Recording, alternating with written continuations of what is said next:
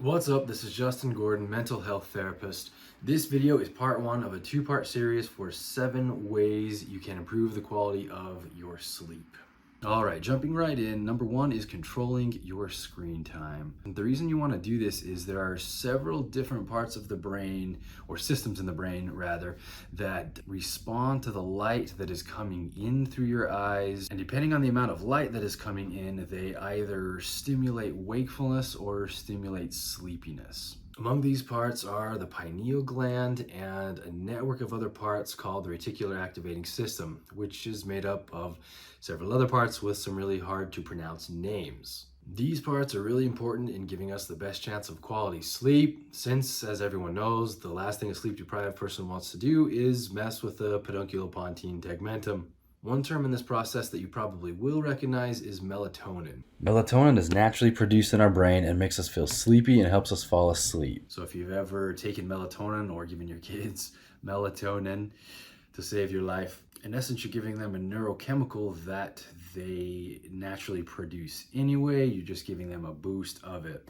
Now, the natural secretion of melatonin can be blocked if light continues to come in through the eyes, and then messages about that incoming light get relayed to the pineal gland.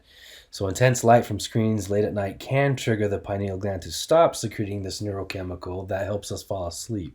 So be very careful with your screen time. If you're on a screen right up until the time that you go to bed, you're giving yourself intense stimulation. You're letting a lot of light get in through your eyes, and it's activating a lot of different parts of your brain. It's not really going to help you out a whole lot when you shut it off and then try to fall asleep. So what I recommend is giving yourself at least an hour before bed, preferably 2. It's going to be different for everybody. For some people, it's not a big deal, but other people, it might really keep you awake. Or for some people, you might not even know about it and not think it's a big deal, but really it is keeping you awake. So do some experimentation. See if you can give yourself a bigger buffer between the last time you're on your screen and when you lay your head on the pillow and try to fall asleep.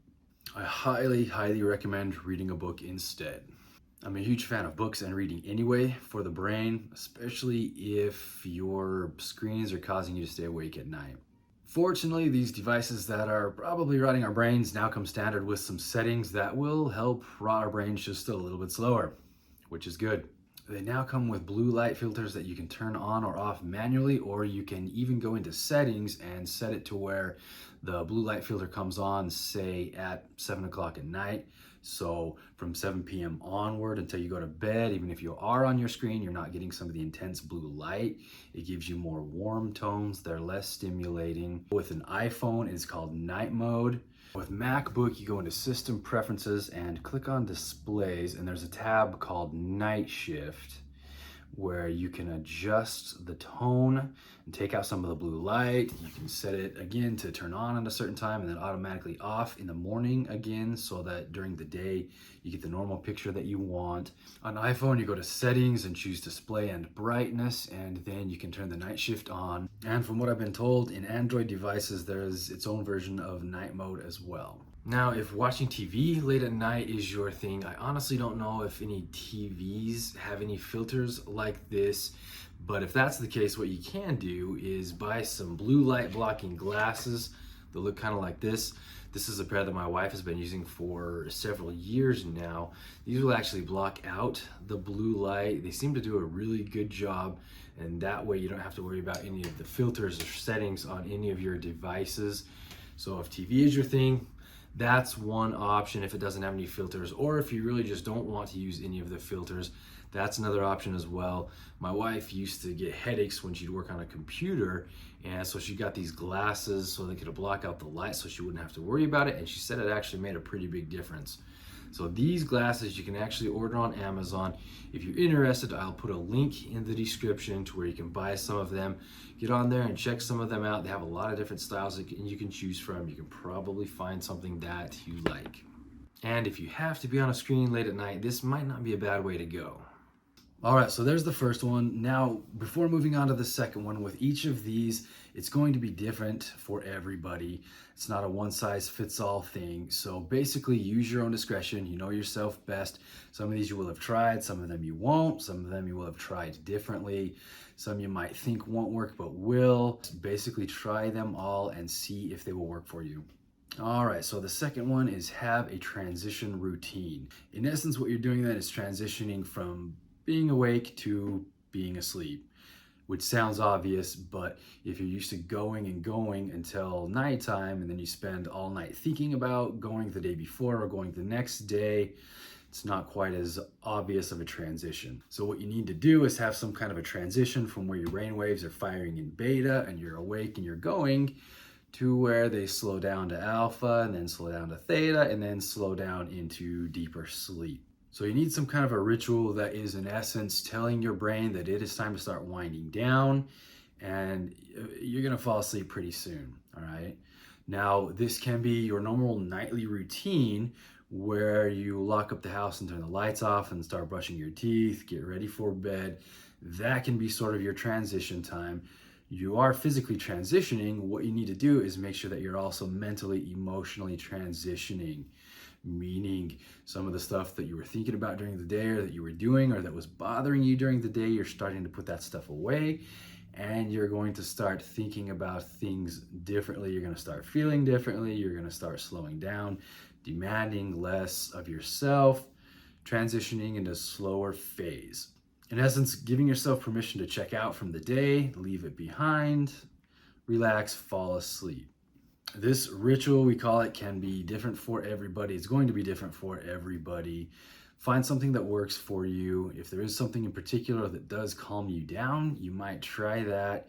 Now, probably fairly important that you do the same thing every night, more or less, because that trains your brain for what to expect, right? So when you turn the lights off, lock the door, start brushing your teeth, your brain's gonna be going, okay, it's time to sleep. It's not time to start solving all the world's problems. Not necessarily time to start thinking about the next day exactly. It's time to start relaxing, getting ready to fall asleep. Now, important side note, be very careful of falling asleep on the couch. If you do sleep great there and you sleep through the whole night, then that's fine. Just something to be aware of. If you do fall asleep on the couch and you sleep for several hours, then you get up and go brush your teeth and transition to the bed, and then it takes you another hour to fall back asleep, you're losing a lot of time. So be very careful not to fall asleep on the couch unless that is actually part of your routine and you sleep great there. So in essence, with the transition ritual, you are closing the book on one day and moving into sleep. And you have to be very careful of thinking about the next day at this point because, again, we're not there yet. Now we're worried about sleep. It's another version of compartmentalizing, which I explained a bit more in a different video. All right, and the third one is exercising. I can never say too much about exercising or praise the benefits of exercise too much. I tell pretty much all of my clients across the board that they need to be exercising of some form. It's that important for the mind and the body. In terms of sleep, there's been a lot of research that has shown direct benefits of exercise on the quality of your sleep. Now, this one makes sense pretty easily. The more you exercise, you're wearing your body out, you're burning some excess energy, you're introducing some healthy wear and tear on your body, and your body is going to need to sleep more, sleep deeper, so that it can repair the damage that you've done, and so that it can recharge the energy that you burned off during the day. So if you're having trouble sleeping and you're not exercising much, try introducing some exercise into your day and see if that doesn't improve the quality of your sleep. Also, quick plug for anxiety management. There's been plenty of research that has shown that exercise has positive benefits for those who suffer from anxiety. So your exercise can bring your anxiety levels down, which can in turn improve the quality of your sleep and your restfulness. Exercise is a great way to calm the emotional systems in our brain. In particular, it can have a really soothing effect on an organ in our brain called the amygdala, or amygdalae for plural, since we have one on each side of our brain. This is where a lot of our anxiety originates. So if we can have a soothing effect on the amygdala, it really should help us to settle down so that we can sleep better, sleep deeper. Sleep deprivation leads to us feeling pretty crappy, and it also leads to the amygdala firing easier and giving us anxiety easier. Exercise can therefore go a long way toward ending this negative cycle. All right, that's it for this video. In the next video, I'm going to go over a few more ways that you can try to improve the quality of your sleep, as well as another route you can go that is a little bit more involved if none of these other methods seem to work very well for you.